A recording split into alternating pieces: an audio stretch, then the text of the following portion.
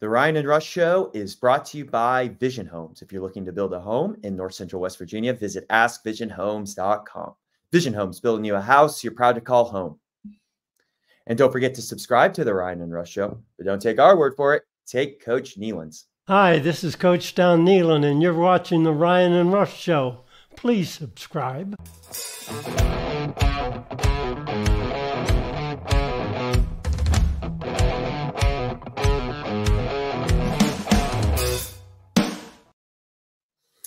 And we welcome you into the Thursday edition of the Ryan and Rush Show, your source for West Virginia sports.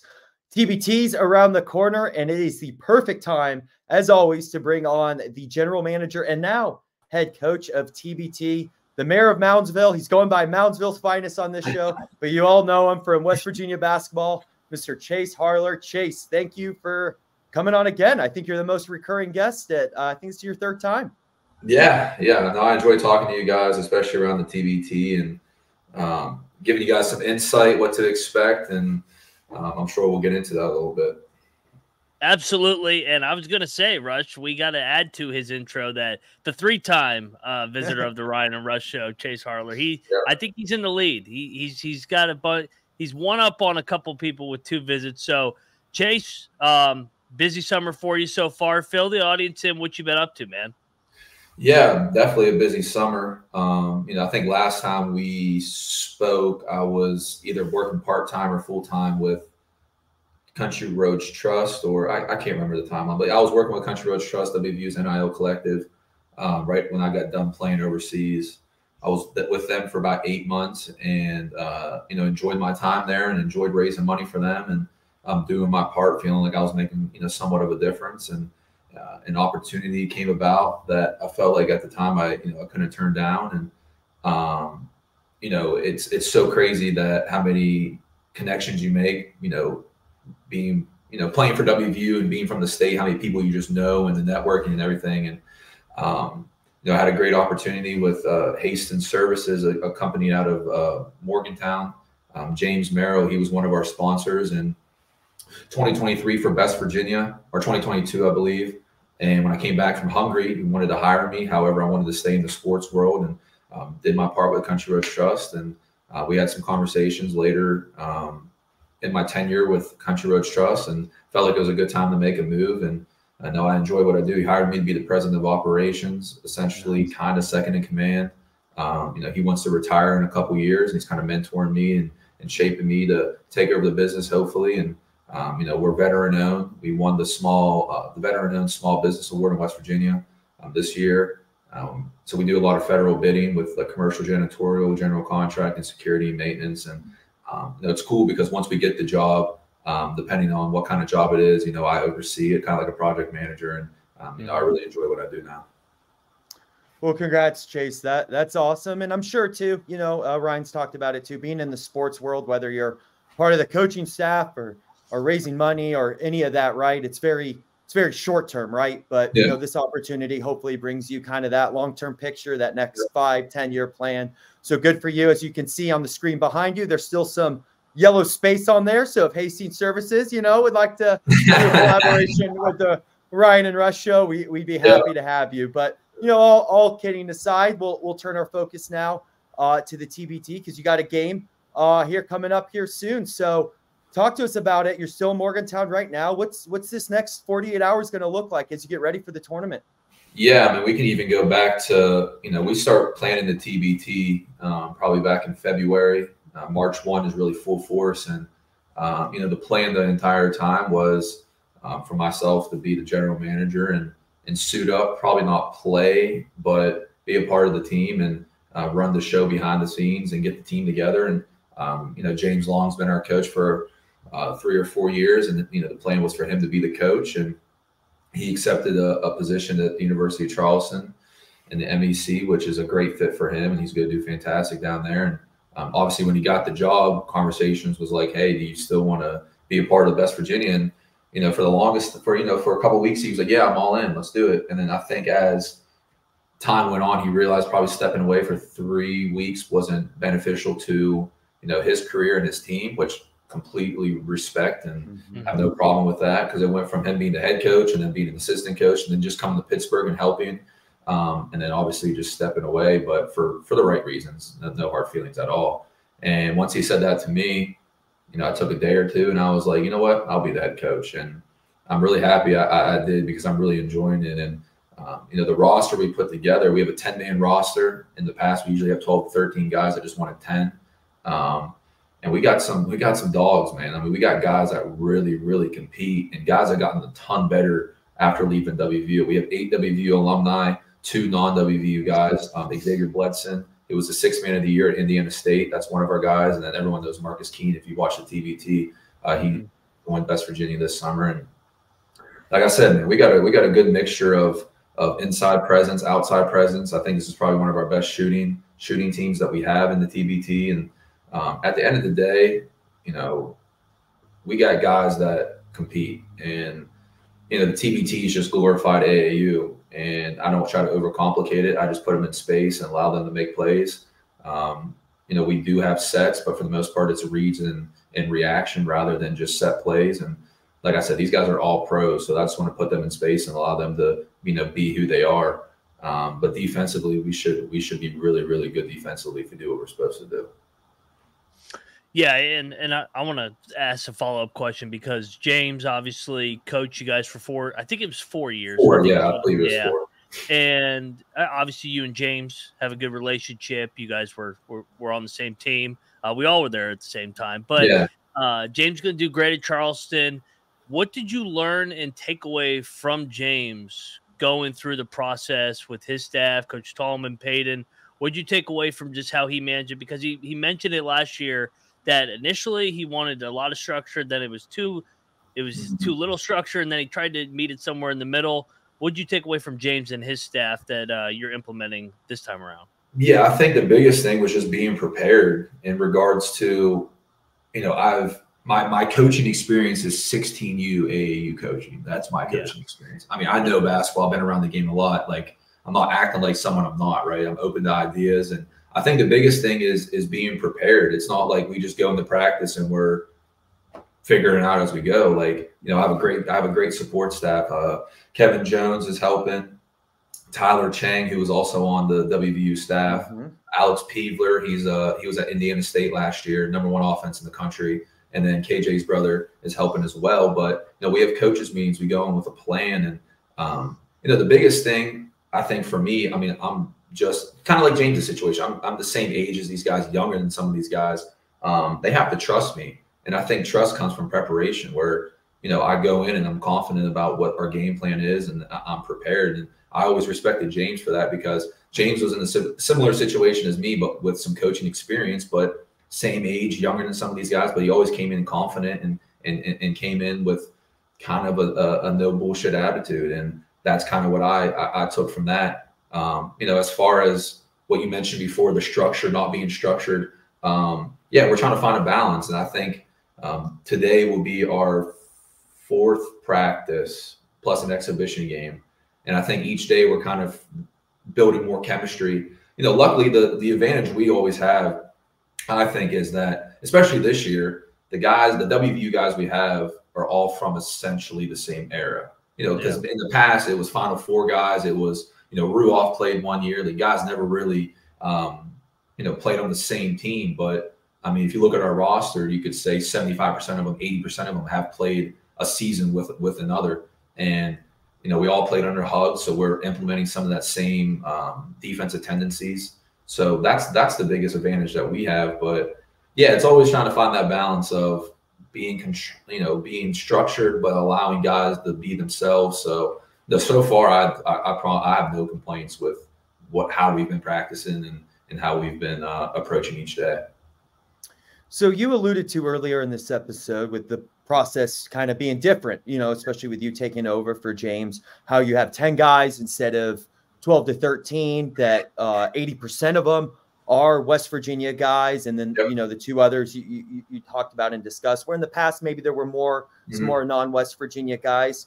Can you talk about kind of that thought process of like why you wanted to go this route, and how with kind of you taking over this team, why you wanted to structure it maybe a little differently than it has been in the past. Yeah, so I think it's a blessing and a curse to be the quote unquote general manager and the coach, because as general manager, I'm also handling the finances.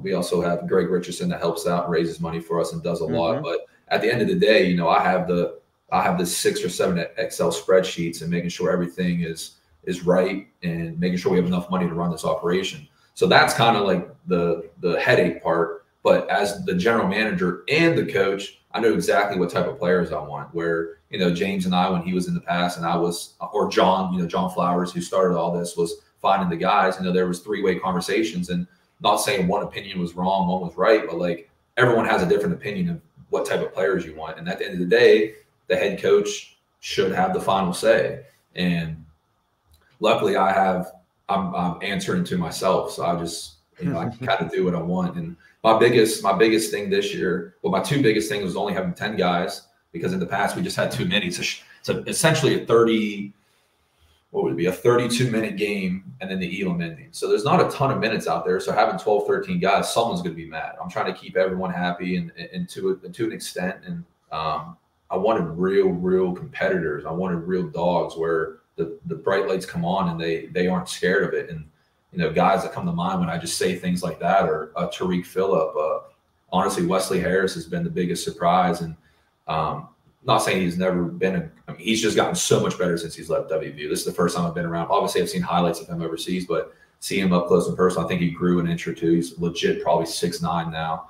But those guys compete. And bringing back Devin Williams, he played the first TBT ever. Bringing him back was great. Issa Ahmad's back, and our young guys, Taz Sherman, who's just a scorer, and that's what we want him to do.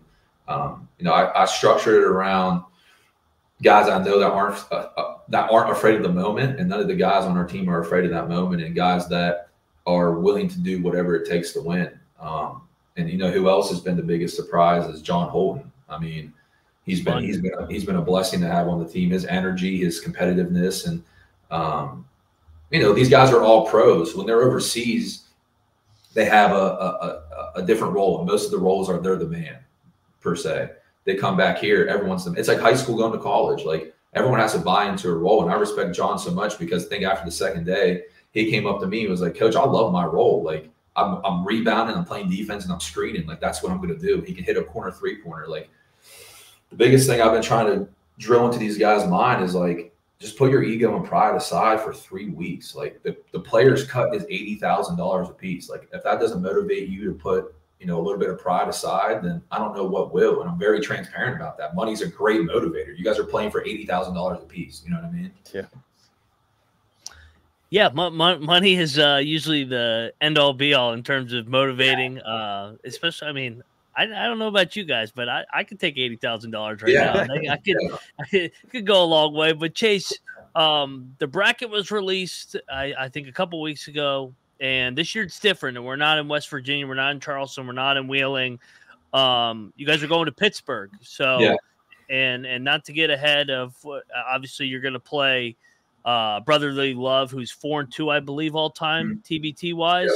Just talk about the bracket and then potentially matching up with Pitt in the second round. For sure. And I've told TBT this 100 times. Probably 100 times. It's like, I understand that, like, try to get the matchup as quick as possible, but per se, we're probably the 2 biggest ticket sales. I don't know why they always don't want to put us in that third game. So, ticket sales continue to go if they keep winning. But I get the risk of guys losing or whatever. But anyway, I think that we got a 3 seed. And they judge your roster off a certain date, right? So whatever's on the roster is what they're judging your seeding off of. We obviously added Tariq, Dev, and Marcus Keene late. I think if we had them at that deadline, we arguably could have been a 1 seed, which is, whatever. But yeah, if it's not in West Virginia, it might as well be in Pittsburgh. I mean, it's only an hour and 20-minute drive for us. And, I think that hopefully we're there for a few days. So those off days and better places to hang out and eat and whatnot. But I know UConn got the 1 seed in the region. And they never played in it, right? No, I don't believe so. But brotherly love, man, they're tough. They're based out of Philly, so they're going to have those tough Philly mentality, that tough Philly mentality. And the first game of the TBT is always the hardest. A little jitters. Playing in a big arena, we're playing at the Peterson Event Center, will be a little bit different. And no, I'm looking forward to it. I mean, like I said, the first game's the hardest, and we'll have practice today, and we'll talk about that a little bit. And I think that the way you avoid a close game like last year in our first round of the TBT is you got to throw the first punch, and you got to continue the punch, not just throw it and play defense and keep your gloves up. No, I mean keep wailing and punching and throwing haymakers, and that's kind of going to be our mindset going into game one. We'll continue with Chase here on the other side of the break. It's a good time to remind you that the Ryan and Rush Show is also brought to you by 1111 Media. If you run a small business and want to get more customers, talk to the local marketing experts at 1111 Media. Visit 11-11.media. That's 11-11.media to learn more and get a free strategy session for your business. 1111 Media, helping small businesses get more customers. And so, Chase, we're talking about earlier when Ryan was asking a question that, we're the 3 seed this year. Last year, we were the 1 seed. It was in Wheeling. Now we're the 3 seed. And, if all goes according to plan, you're playing Pitt for that second game. So we talk about it a lot, with this upcoming football season and any other WU sports, right, Ryan, is how sometimes it's good when we're not the favorite. We're West Virginia. We're that blue collar culture. We like when our back's against the wall and everyone's against us. And, that's really when we shine. How are you either taking that or other forms of motivation to get this team going? Yeah, I think that we got guys that, if they were all sitting behind me, I'd probably say the exact same thing in front of them. Probably didn't have the personal career they wanted at WVU, right? Where, guys go over and play overseas, and someone like Tavon Myers, right? And Tavon's one of my closest friends. And like I said, if Tavon was sitting here, he'd probably say the exact same thing. Like Tavon didn't live up to what he personally probably wanted at WVU. And now he's playing high level and overseas. So I think a lot of these guys that played for WVU and didn't reach that personal success they wanted to, when they come back and they're representing the state, they're representing quote unquote the Mountaineers, they want to prove to themselves and they want to prove to the fans that this is the player I am now. So I think that's their personal motivation. And then we already talked about it, guys. I mean, money, like they're playing for $80,000 a pop. Like that's and these guys are pros, and they're providing for not just themselves. Some of these guys are providing for families. Like this could be life-changing money. So we talked about that yesterday at the beginning of practice and the end of practice. Like, guys, like this could be huge for your personal life, making this money. So let's go out and play hard, and let's go out and compete. Yeah, I couldn't have said it better myself. Chase, let me ask you this: you guys gotta win 6 games, just like March Madness. Yeah. If you guys are able to get that $80,000 per person, what would be the main reasons why you guys were able to get it done? Yeah, good question. I think our backbone has to be defense. And I think that, our mindset needs to be that, it's personal. Like me versus you, you're not going to score on me. And I mean, like I said, we got 8 WVU guys, and the 2 other guys on our team have that same mindset where it's like, it's personal. We have the luxury of changing defenses when we need to. Per se, if we want to trap a ball screen, we have 5 WVU guys on the floor, and we say we're going to trap a ball screen. Everybody knows where to be, right? Because we just did it for, most of those guys did it for 3 or 4 years. Defense has to be our backbone. We definitely want to play fast. We want to get quick, good shots. The name of the game is possessions now. So whoever gets more possessions, meaning more stops and more shots, usually has a better advantage to win. But we can't take bad shots. And as a coach now, my fear, or what I worry about is, if we don't score 2 or 3 times in a row and they score on us 2 or 3 times in a row, do we have enough discipline to get into our continuity offense, get the ball swinging back and forth 2 or 3 times and then attack, rather than just taking it upon yourself to be like, all right, I'm going to end this slump. But yeah, I think the 2 biggest things in my opinion are defense, just sitting down, guarding, getting in the gaps, and taking high quality shots. But we're going to get out in transition. The more stops you get, the more you get out in transition. So, everything's going to go back on the defensive end, in my opinion. Chase, we really appreciate you taking time out. We know you're really busy right now. We'll end you on one of our favorite questions that we love to ask staff members, no matter what team you are representing West Virginia. But come Saturday, playing brotherly love, and hopefully the rest of the tournament. What's your message for Mountaineer Nation as they're watching you, whether in person or at Mountain Mamas, enjoying a good time? Yeah, no, for sure. I think that these guys take pride. Even the non-WV guys are taking pride in representing something bigger than themselves, and we're going to play like that. When I was putting the roster together, we got real dogs, like real junkyard dogs, treadmill mentality kind of guys, and we're going to be fun to watch. If that's getting out transition, throwing a lob to Sags for a dunk, or if it's Devin Williams pinning something off the backboard, or Marcus Keene coming off the ball screen and hitting the deep three, like we have weapons. No one's a liability on our team, and we have that chip on our shoulder. We have that blue collar mentality, and I definitely feel like I put together a team that Mountaineer fans can be proud of and really rally behind. Oh yeah, Chase, sure. That's awesome. Yeah. That's great. Hopefully, next conversation we have on the show, you'll be $80,000 richer. And as we talked about before, there's some places in Wheeling where $80,000 can go a long way to celebrate. So, anyway, sure. We appreciate you coming on, Chase. Thank you so much. Good luck. Yep. Thank you, guys. Thanks, Chase. Go Mountaineers. Yep.